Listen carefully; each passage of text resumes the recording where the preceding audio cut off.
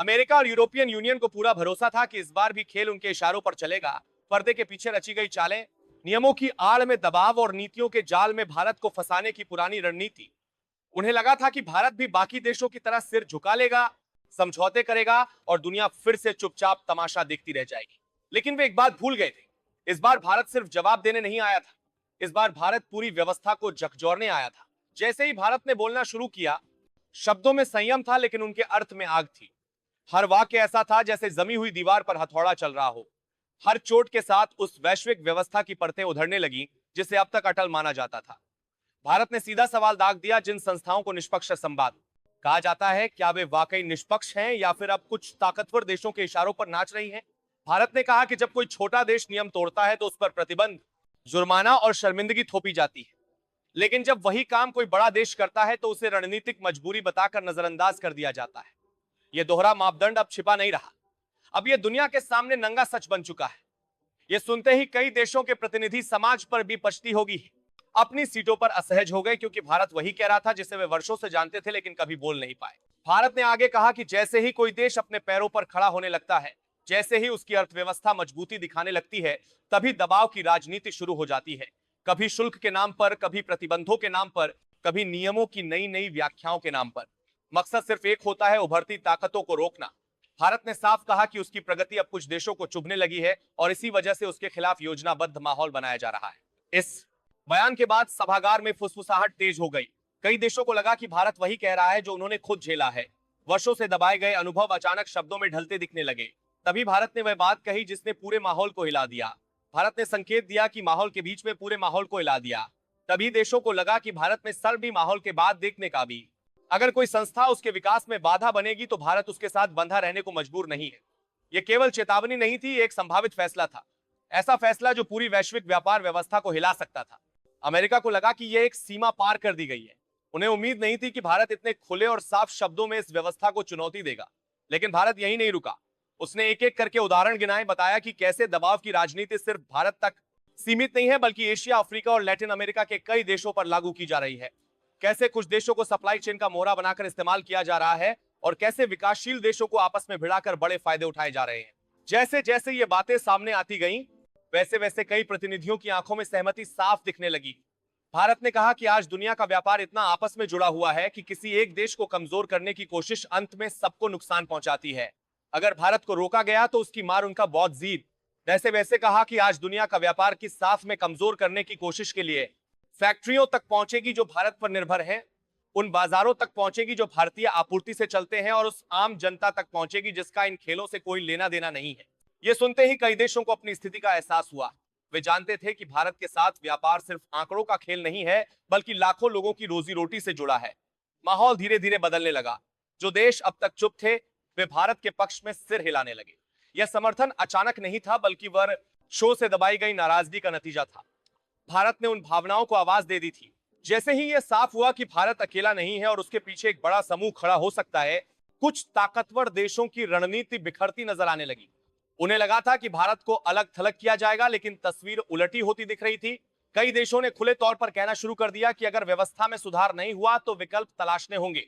यह अब बंद कमरों की बात नहीं रही थी, यह खुले मंच पर कही जा रही थी। भारत ने इस मौके पर कहा कि अब समय आ गया है कि व्यापार और सहयोग की नई परिभाषा गढ़ी जाए।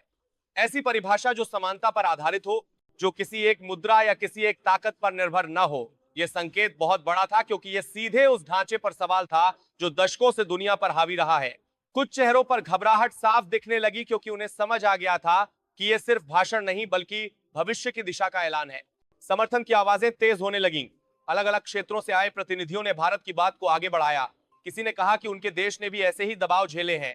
किसी ने माना कि नियमों के नाम पर उन्हें भी नुकसान उठाना पड़ा है। वह मंच जो कभी ताकतवर देशों का गढ़ माना जाता था, अब सवालों से भर चुका था। भारत की भूमिका सिर्फ अपने लिए नहीं थी बल्कि उन सभी देशों के लिए थी जो बराबरी चाहते थे।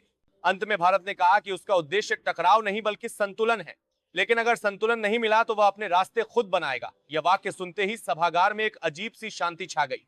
सब समझ चुके थे कि यह केवल चेतावनी नहीं बल्कि आने वाले समय की झलक है। उस दिन के बाद से वैश्विक राजनीति में हलचल तेज हो गई।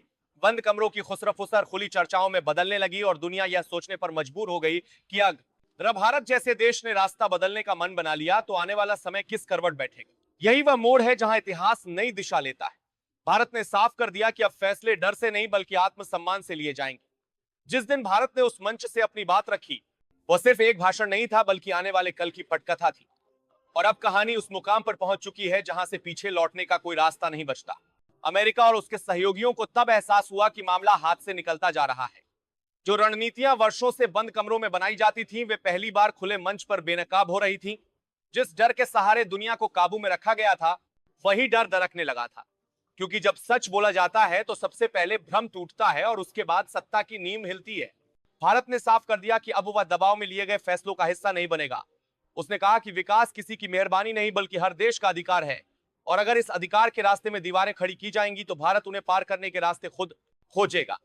यह शब्द उन देशों के लिए थे जो अब तक सोचते थे कि भारत को मोड़ा जा सकता है, लेकिन यह भारत अब वैसा नहीं था।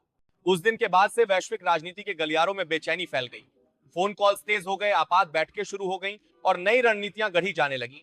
कुछ देशों ने पर्दे के पीछे दबाव बढ़ाने की कोशिश की, कहीं चेतावनियों के संकेत दिए गए, कहीं आर्थिक नुकसान का डर दिखाया गया। लेकिन इस बार फर्क साफ था। भारत झुका नहीं, क्योंकि अब उसके साथ कई और देश खड़े थे। अफ्रीका से लेकर एशिया तक और लैटिन अमेरिका से लेकर मध्य पूर्व तक एक नई चर्चा जन्म ले चुकी थी। क्या दुनिया को अब भी उन्हीं पुराने नियमों से चलना चाहिए जो कुछ गिने चुने देशों के फायदे के लिए बनाए गए थे?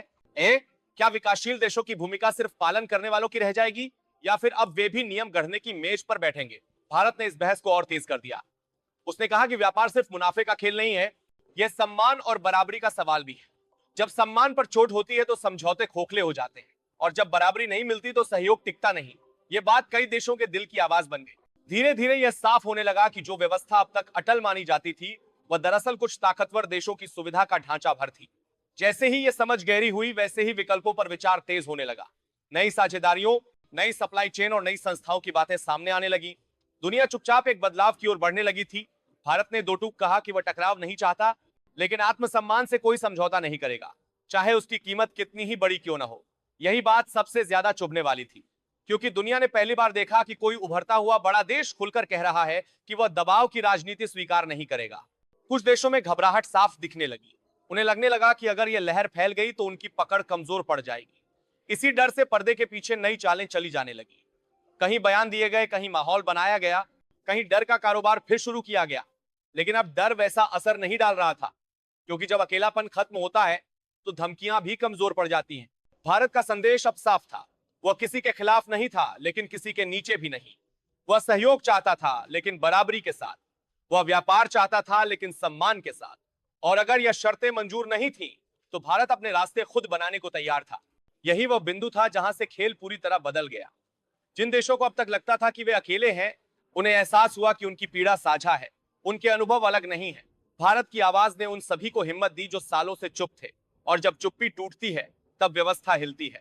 आज दुनिया एक ऐसे मोड़ पर खड़ी है जहां पुराने ढांचे सवालों के घेरे में हैं और नए रास्ते आकार ले रहे हैं। कोई नहीं जानता कि आगे क्या होगा, लेकिन इतना तय है कि अब फैसले डर से नहीं होंगे। भारत ने यह साफ कर दिया है कि अब समय आ गया है आत्मसम्मान के साथ आगे बढ़ने का, और जब कोई देश यह ठान लेता है तो इतिहास की दिशा खुद ब खुद बदलने लगती है।